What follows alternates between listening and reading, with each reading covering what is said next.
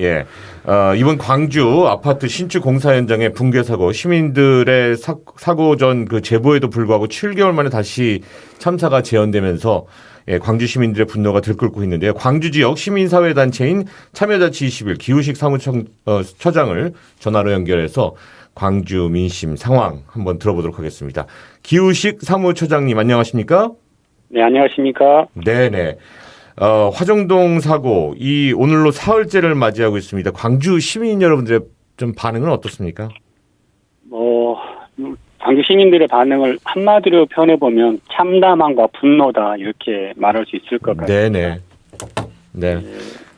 네네. 학동 참사로부터 건설사나 네. 행정관청, 정치권이 달라진 것이 무엇인가, 성토의 목소리가 굉장히 높습니다. 이게 7개월 만에 또다시 이런 사고가 나서 더욱 충격스럽습니다. 네, 그렇습니다. 예. 어떤 말씀들이 가장 많으신가요? 믿기지 않는다. 이 사고 자체가 믿기지 않는다. 네네. 현대 산업 개발이 국내 굴지의 1급 건설사가 맞느냐. 네네. 학동 참사 때 교훈 과연 도출이나 해냈느냐.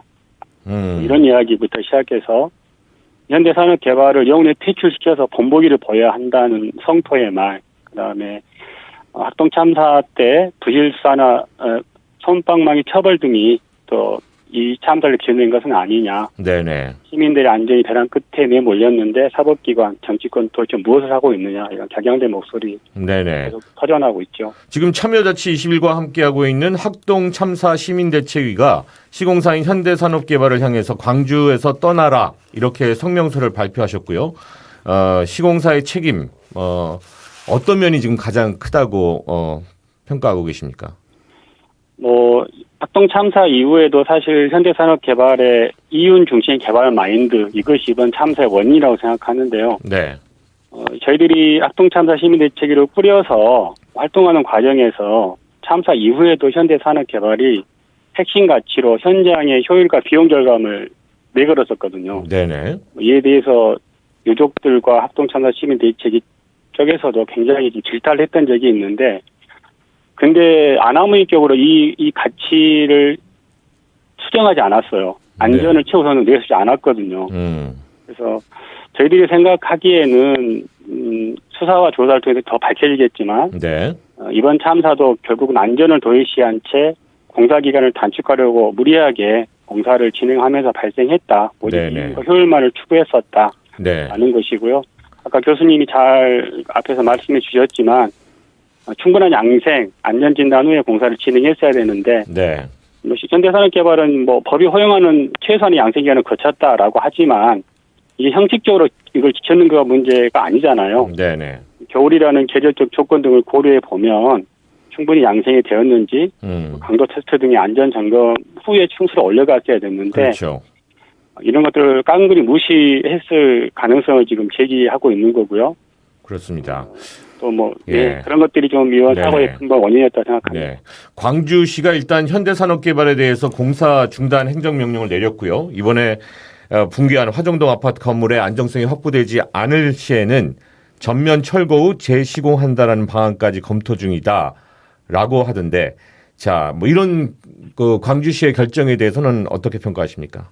이거는 당연하고 마땅한 조치다 이렇게 생각을 하고요.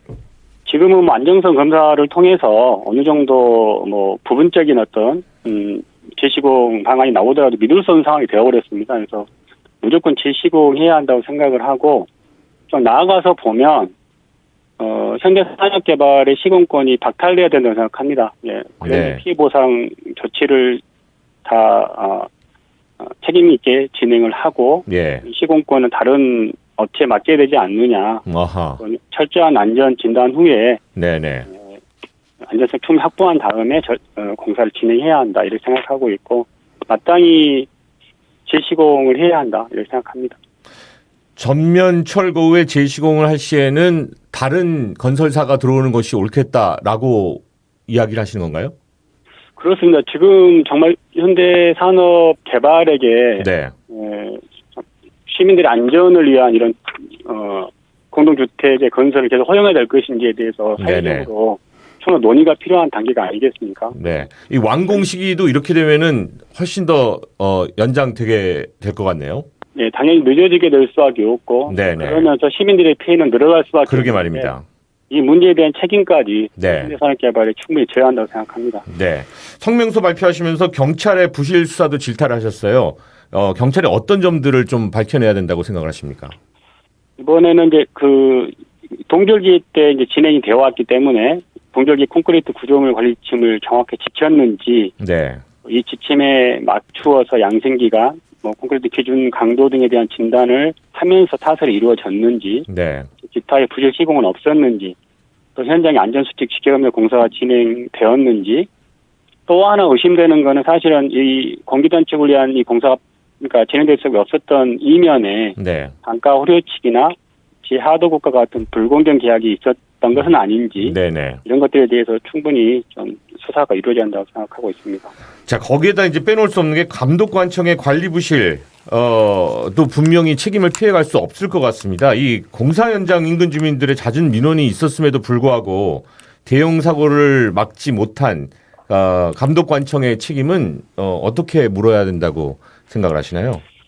예, 맞습니다. 이제 사실은 지금 그 지금 사고 지역의 주무관청은 광주시 서구청입니다. 네. 2019년 4월 사업 승인 이후에 300건 인문 민원이 쏟아졌었는데요. 이 과정에서 막 그 잔해물이 추락했거나 도로가 패였고 건물 균열 등 공사장 인근의 위험 상황들에 대한 민원이 계속 제기되었거든요. 네네. 근데 이에 대한 시정 조치는 거의 이루어지지 않았습니다. 그러니까 소음이나 기사먼지와 관련된 일부의 조치, 시정 조치, 또 미이행에 의한 네네. 그런 과태료 부과 정도가 이루어졌지 이런 안전에 대한 근본적인 어떤 문제들에 대한 관리 감독이 전혀 이루어지지 않았다라고 하고요. 네네.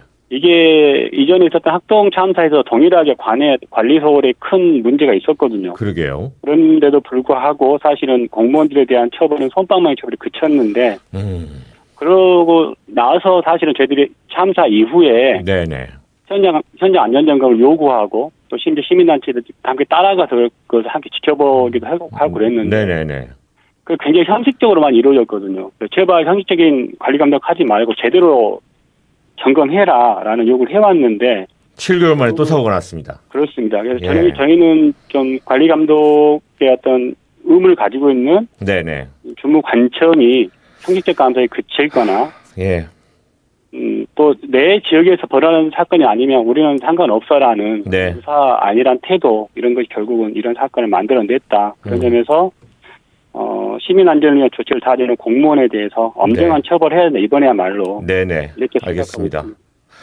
자, 지금까지 광주 지역 시민단체인 참여자치 21 기우식 사무처장 전화로 연결해서 광주에서의 이야기 좀 들어봤습니다. 말씀 주셔서 고맙습니다. 네, 감사합니다. 감사합니다.